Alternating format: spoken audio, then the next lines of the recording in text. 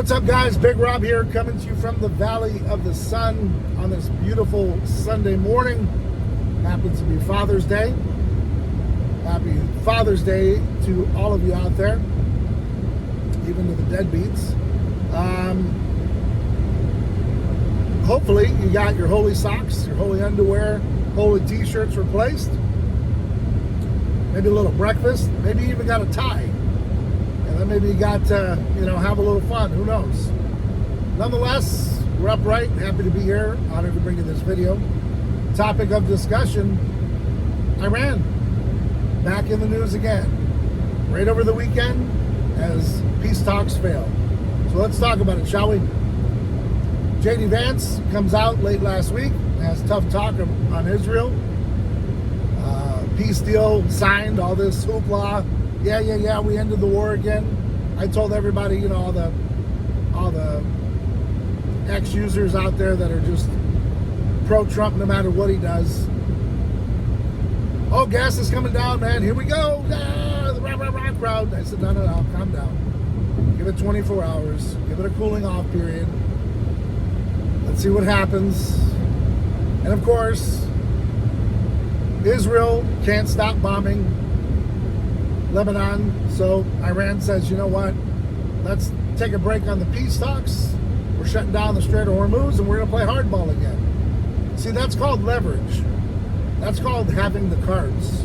Donald Trump likes to talk about having the cards, having leverage, playing 5D chess.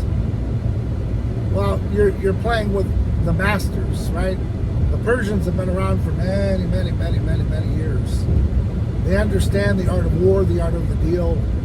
They get it. And they know that Strait of Hormuz is a big plug in the world. Grand scheme of things. Just like Donald Trump said the other day from Switzerland. The world cannot sustain the constant bombing of Iran. Right? But Israel, even though this is their war, not ours, they're not stopping, and they're not a part of the peace deal.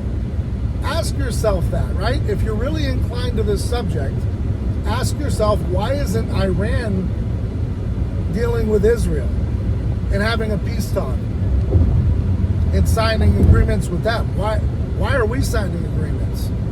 We're literally just backup for Israel.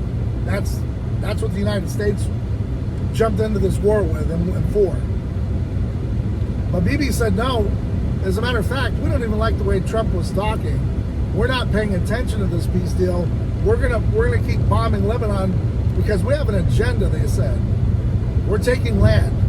This is a land grab. We're taking Gaza. Pardon me. We're taking Lebanon. And Iran said, yeah, that's a little too close for comfort. We don't even like what they're doing, bombing civilians. Where's NATO? Where's any of the countries with tough talk to say, Israel, this is enough? So of course your peace talks are going to fail. You don't have the main culprit involved. So they send in Witkoff, Kushner, and Jared Vance.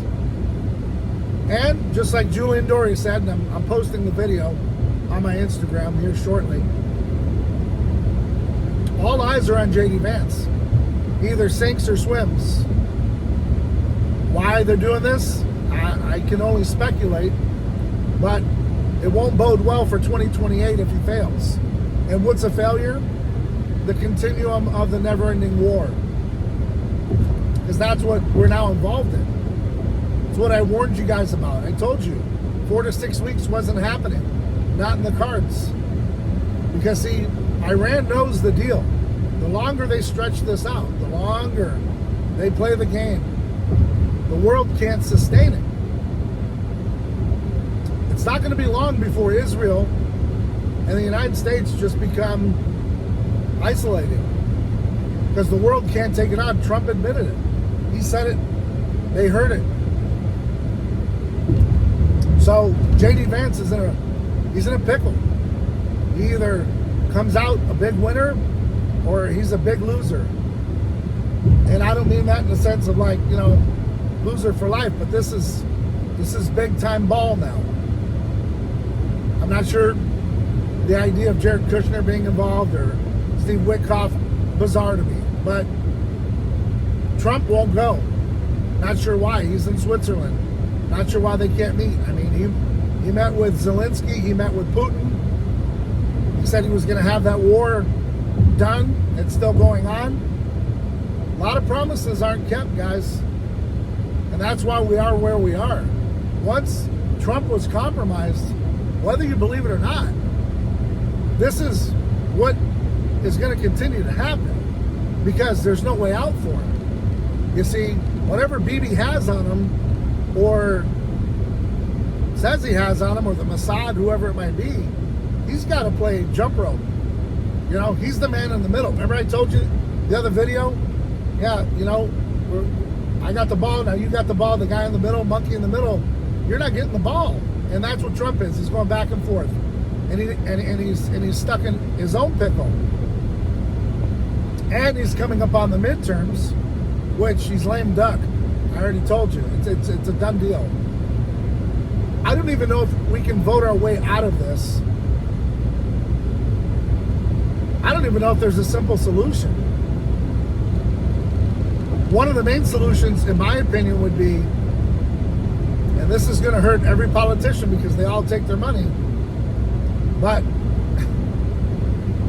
I don't think he can do it. He'd have to turn his back on Israel. That's the truth.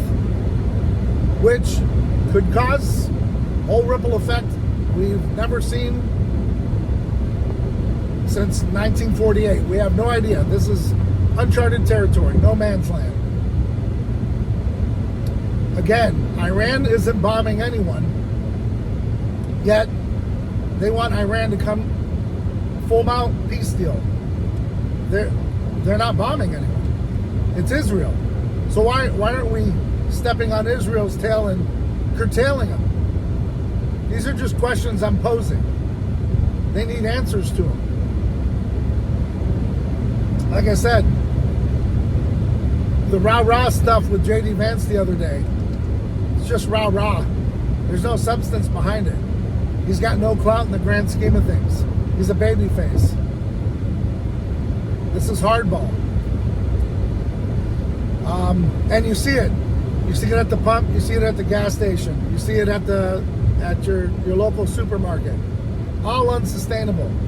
One day it's $3.99 as far as gas. The next day it's $4.20. You know, and we keep hearing these rah-rah people on X. Oh, $1.59. Stop it. The cheerleading is ridiculous. You don't even know what you're cheerleading for. This is so deep. We didn't have to be involved. I told you guys, we shouldn't have gotten involved. You know, unless we were getting attacked. And this is why a guy like Pete Hegseth, just a mouthpiece. He's doing the work of Donald Trump. You know, I don't know. All these generals, they all left. You know, you lose all that military wisdom and might.